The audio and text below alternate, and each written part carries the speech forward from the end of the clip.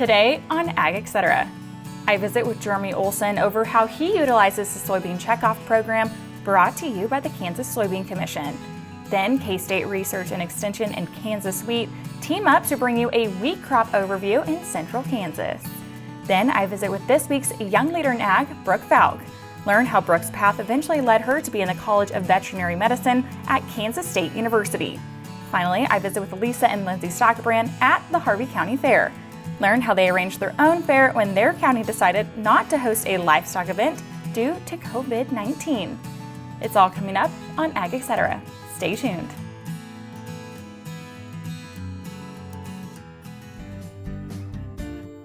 Watch Ag AM in Kansas online at agaminkansas.com.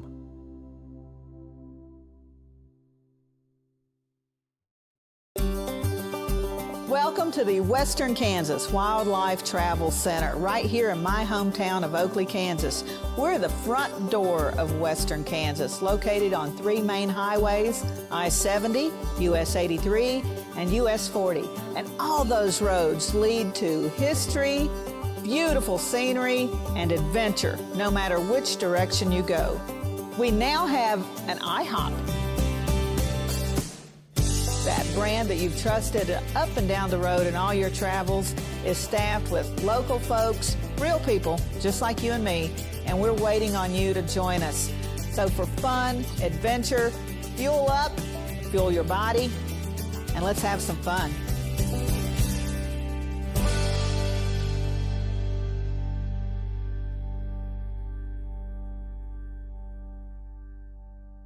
This segment brought to you by the Kansas Soybean Commission, the Soybean Checkoff, progress powered by Kansas farmers.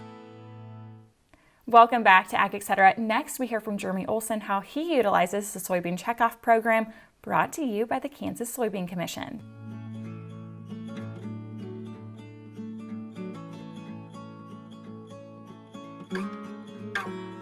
On our farming operation here in we're down by Evers, Kansas, and we farm soybeans and corn, and we have recently added irrigation pivot to our operation. We have soybeans on that particular irrigation pivot this year, so we're looking to maximize our irrigation with our soybeans. And I also am a certified crop advisor here at Peterson Seed in Hiawatha, Kansas, and help and ensure farmers' profitability.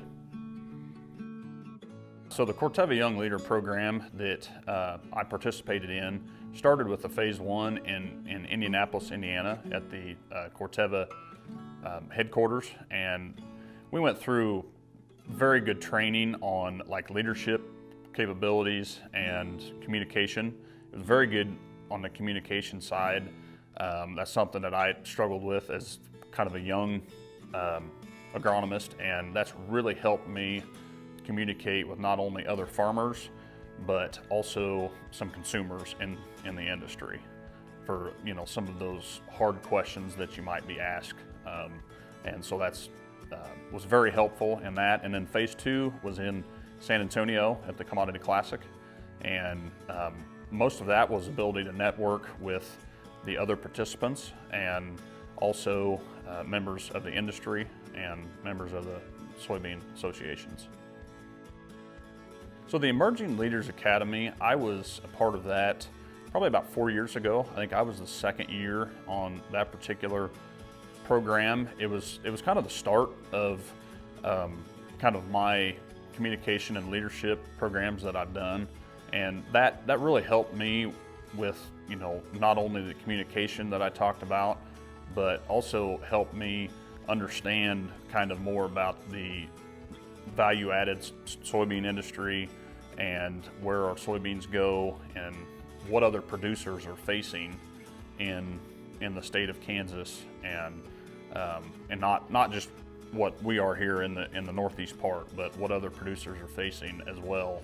And so that was a big part of that, and the leadership capability turned into me applying at the Corteva Young Leader program as well. So that really helped me along the way. The soybean checkoff has really benefited my operation from not only the research and marketing and education that they do from that aspect in not only locally but regionally and across nationwide. There's many efforts that are made to do that and to help the not only yield but the health and the value added part for the consumer. The overall benefit is probably back to that research and education of not only the farmers and producers, but also the end use being the consumers. And it's back to my communication piece, kind of tying together my emerging leader and Corteva Young Leader program to help communicate with those end users and consumers and ensure them that we are trying to produce the healthiest and most sustainable product that we can.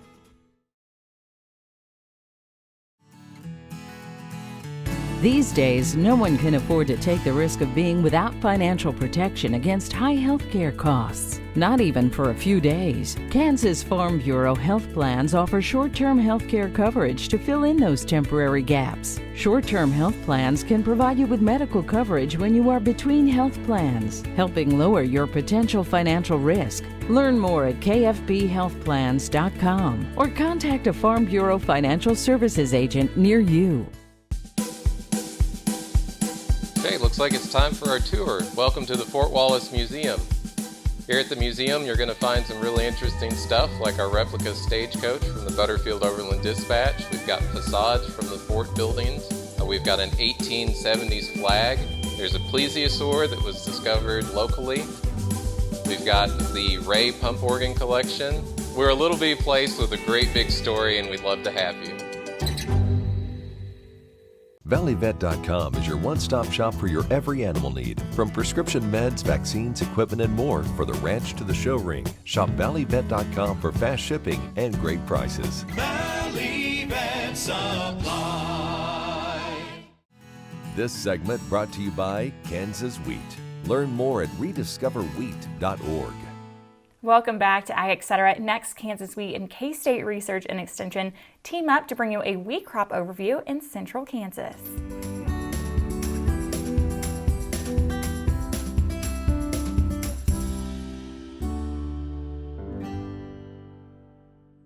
Hi everyone, we're back and we're going to give a little bit of an overview of the wheat conditions in the 2019-2020 season. So I'm here with Romulo and I think we'll go around the state and give just an update by region. And I think we'll start at the South Central region. So what did we see this year? Definitely, Kelsey. So in South Central Kansas this year, they actually had a very good growing conditions pretty much throughout the season, right? They had a good establishment in the fall.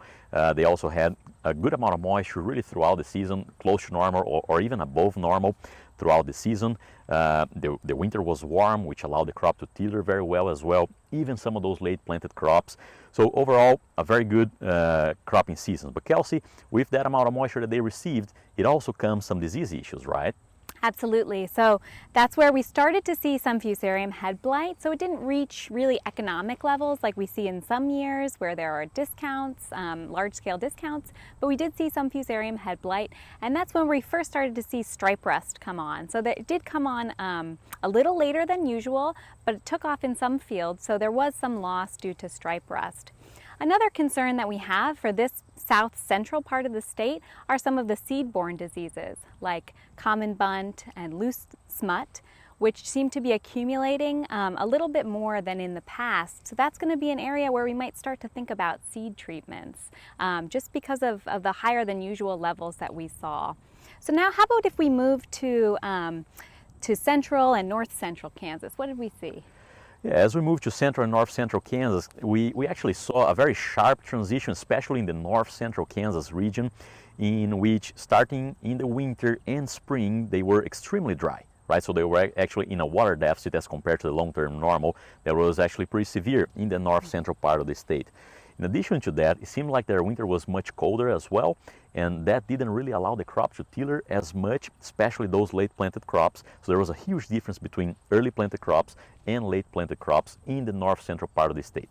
To top that off, about mid-April we had 3 or 4 days in a row where temperatures got extremely cold and caught that crop about at that jointing stage or in between the first and second node, and that really hurt the crop in north central Kansas, much more the late planted crop than the early planted crop.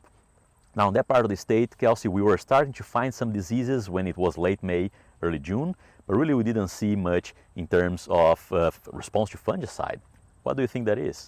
Yeah, so in this part of the state, especially in the north central region, we started to see stripe rust. The reports were late, and I think it warmed up quick enough that it just wasn't favorable for that stripe rust to take off. So we found it at trace levels, but it didn't become epidemic. So that was good news for the crop in that region. When we moved down into central Kansas, we had some pockets of rainfall that led to pretty bad septoria and tan spot infections. So those are going to be the biggest concern in regions that had high residue and high moisture. So that's what we were most concerned about there in central Kansas.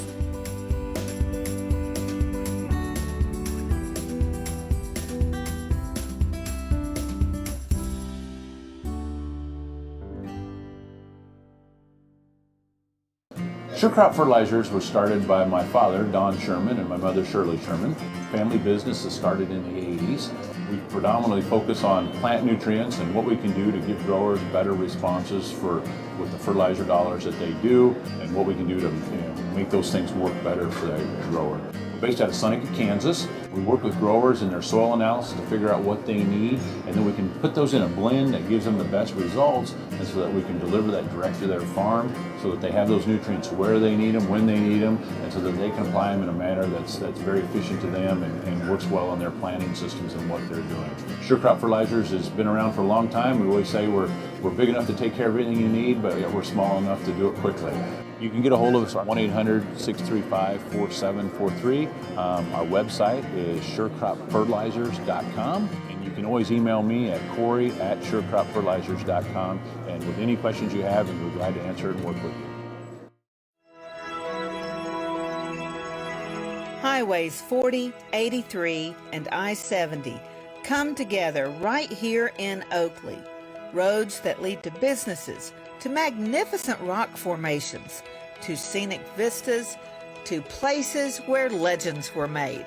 Roads that lead us home. Discover Oakley, the gateway to western Kansas. This segment brought to you by Farm Credit Associations of Kansas, lending support to rural America, and by American Ag Service, your DuPont Pioneer dealer. Welcome back to Ag AM in Kansas. I'm Britton Rucker. We're back with our Young Leaders in Ag segment, and with me now I have Brooke Falk. Welcome, Brooke. Brooke, go into a bit of your ag background. Well, I grew up on a small cattle operation in Harveyville, Kansas, where my family raised Limousine and Limflex cattle. I grew up helping my dad make breeding decisions and treating cattle that were sick and things like that, and helped with daily work on the farm. And that really inspired me to go into veterinary medicine as a career. I am a current second year at Kansas State University College of Veterinary Medicine, and I'm hoping to practice in mixed animal in a rural practice. I grew up in a lot of leadership positions involved in 4-H, FFA, and eventually state and national limousine associations. I served as the state president of the Junior Limousine Association for 3 years, and eventually made it to the North American Limousine Junior Association Board of Directors. Absolutely. And go into a bit of your board experiences and why you would recommend those to other potential young leaders in ag. I loved my time on the board.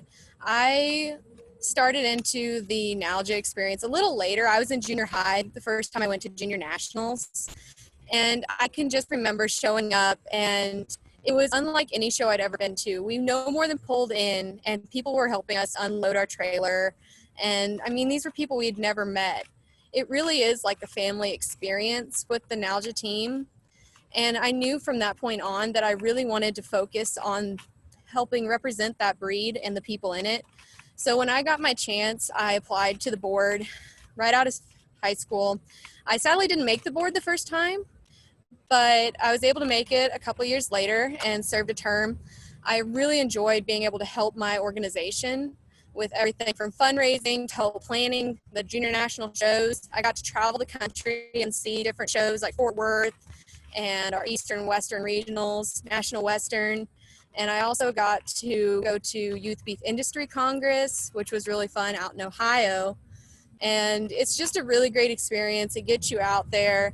I had never been on a plane prior to being on the board, so it was a lot of eye-opening experiences, and the board became like a second family to me. We spent a lot of time together at board meetings and on these trips, and I absolutely loved working with my advisor and my team members. I think that anybody who has that passion for agriculture, and particularly if they have a passion for a certain breed, would work out really well for being on a board. And if they have any questions, I would love to talk with them. I can share my experience or point you to people that I know on other junior boards. And I just really love my experience. Absolutely. Brooke, I also want to touch on your experience at K-State, and now you're in the vet school. Yes. So I actually started my college career at Allen County Community College Satellite Campus. And I eventually transferred to K-State to finish my bachelor's. I have a bachelor's in animal science and industry in the pre-vet option. I am, as I said, a second year at K-State's vet school, and I absolutely love the vet school. There's a lot of great opportunities for hands-on experience. You really get to know the staff and mentors.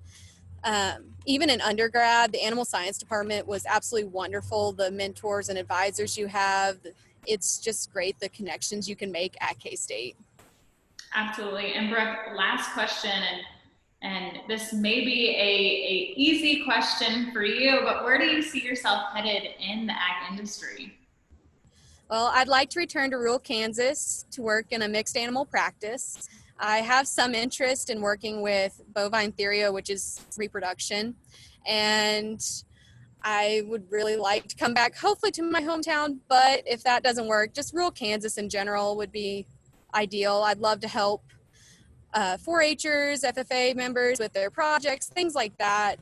I would love to help out in those respects, and if I have the opportunity to work with somebody within the breed and continue to raise my own cattle, that would be amazing as well.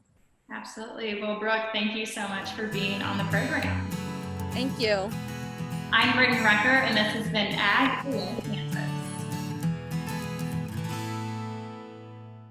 At Farm Credit, we partner with America's farmers who work hard each and every day to grow the food that we all enjoy. It's not an easy task, but it's an important one. Farm Credit is proud to work with farmers and ranchers, lending support in rural America. The Kansas Wheat Innovation Center in Manhattan is rediscovering ways to get improved varieties and new genetics in the hands of farmers faster. Grower-led and checkoff-funded research initiatives are bringing about positive change. This grassroots leadership provides a strong voice in Topeka and Washington, D.C. Now is the time to partner with Kansas Wheat in moving wheat forward. Kansas Wheat Commission and Kansas Association of Wheat Growers. Farmers investing in their future and yours. Log on to rediscoverwheat.org. I'm Bob Swartz, and I've devoted the last 43 years to helping Kansans reach their retirement goals and to protect the family farm. At Bob Swartz Financial, we believe everyone should be able to live the retirement they've always dreamed of. Our team of professionals can help you create an efficient strategy using a variety of investment vehicles to help you address your financial needs and your concerns. Bob Swartz Financial values commitment and transparency. This segment brought to you by Sure Crop, liquid crop nutrition delivered right to your farm. Welcome back to Ag AM in Kansas. I'm Brittany Recker, and today I'm sharing with you guys something that is extremely close to my heart. I am at the Harvey County Fairgrounds in Newton, Kansas, where I spent many years showing in that show ring, growing up in this fair barn. And like many fairs across Kansas, across the United States, fairs have been transformed due to COVID, and I think Harvey County is doing something here worth recognizing.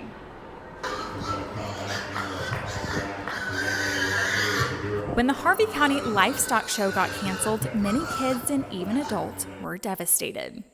When we found out, my daughter's last year in 4-H, she was devastated. especially when there's so many other county fairs having their at least livestock event and ours did not. So my mom and I and some other parents were really upset. We used to be the sheep superintendent's mom was for like 20 years. We'd actually stepped down this year, but here we go. We talked to the other parents.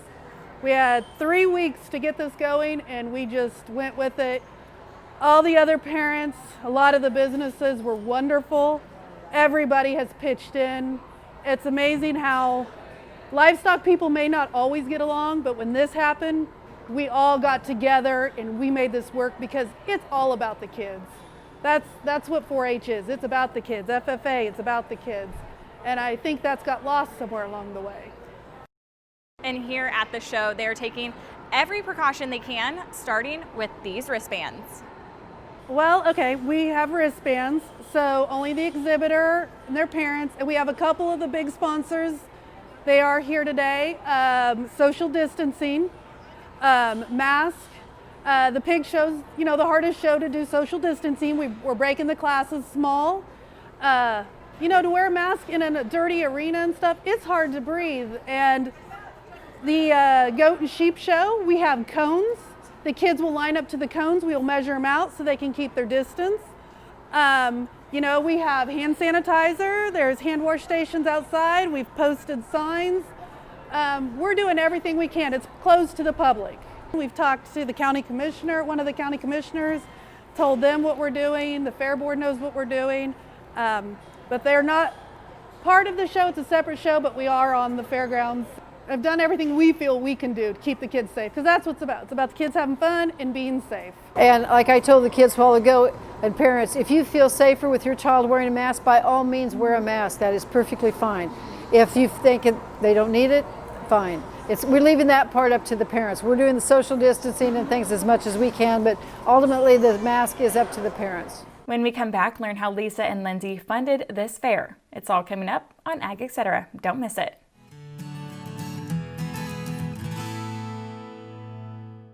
Kansas Corn reminds you that E15 fuel is the right choice for every kind of driver. For the car enthusiast, E15 has higher octane. For the thrifty driver, E15 is priced lower than regular unleaded. For the nature lover, E15 provides cleaner air. For the shopper who buys local, E15 has more ethanol from our Kansas corn farms. Choose E15 for a higher octane, lower price, cleaner American fuel. Message from the Kansas Corn Commission. Learn more at kscorn.com. This segment brought to you by Kansas Farm Bureau, the voice of agriculture. To join today or for more information, go to kfb.org or find us on Facebook and Twitter. Welcome back to Ag Etc. I'm back with Lindsey and Lisa Stockebrand over how they sponsored their own fair when their county decided to vote against having a livestock event due to the pandemic. I was quite honestly shocked at the tremendous support we had. We've had just tremendous support.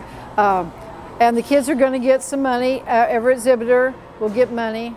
Like the swine kids, if they only show swine after they clean up the area and check out today, they'll get their envelope with their money in it. Not a huge amount, but it's a decent amount for them. And we couldn't have done it without the support of the people and the businesses.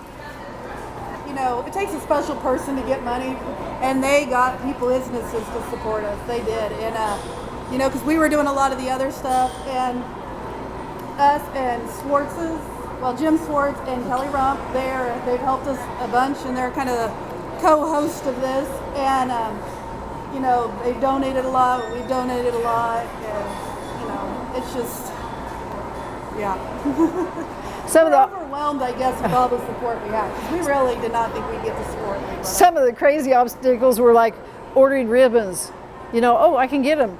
Well, that's a rush order, so the postage is $60-some. Okay, we'll look different place, because you want as much money to go to the kids as you can. So, but I think it worked out in the end. We had, people just step up and offer to help, and it's been great.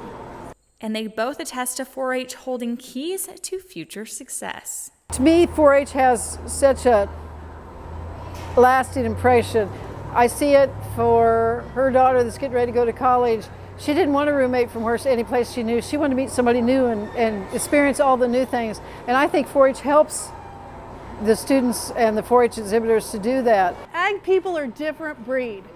We care about our animals, we care about other people, and it's also about starting something and finishing it. Because if you can't finish it, you just feel like you're left there with, empty almost because it wasn't finished. So I know over the 20-some years that I was a superintendent at this fair, I always was out in the ring when the kids sold their animals, and somebody says, "Oh, but they're crying," and I says, that just told me how much they had put into it, how much they cared. And I've held kids crying and had them hanging on me, and I'd cry with them sometimes, but it's part of it. It's the whole thing. And I can remember my first lamb was Whitey. So, don't tell me you don't remember. These kids remember. And it's just, I've even read where the kids that have been in 4-H make better employees than kids that have never been, because they have more of a work ethic and they dedicate themselves to whatever they're doing. To me, 4-H is so many different people getting together.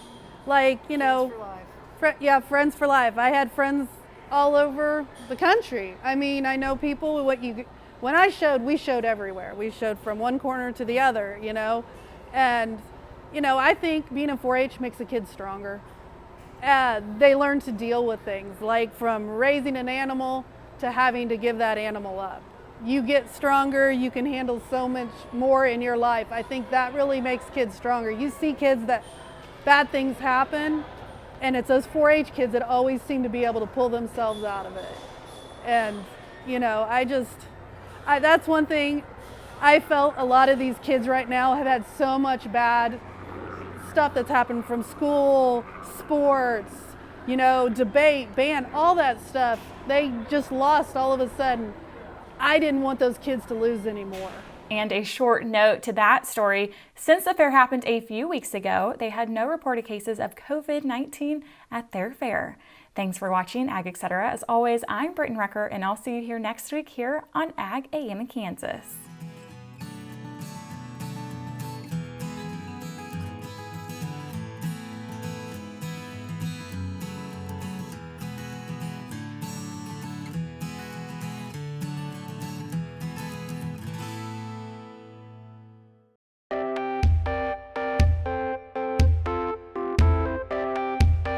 Join Ag AM in Kansas, everyone, Monday through Friday mornings on local stations throughout the state of Kansas, and every day on your favorite social media. Monday kicks off with Dr. Dan Thompson on Doc Talk, as he's joined by leading veterinarians and nutritionists in food animal production. They discuss current production challenges and tips on how to deal and prepare for those challenges. Tuesdays on Farm Factor, it is our friends here at KFRM Radio with interviews from top experts in agriculture. Wednesday, it is a little of Kansas history with Deb Goodrich on Around Kansas. Thursday, Britton Rucker brings us Ag Etc. This day is filled with agriculture research and ag happenings around the Midwest, including our new Young Leaders in Ag segment. We end the week with Authentic Ag and updates from your local checkoff programs. Make sure to check your local listings or like us on Facebook and Twitter at Ag AM in Kansas and on YouTube at Farming Unlimited TV so you never miss an episode. Thanks for watching.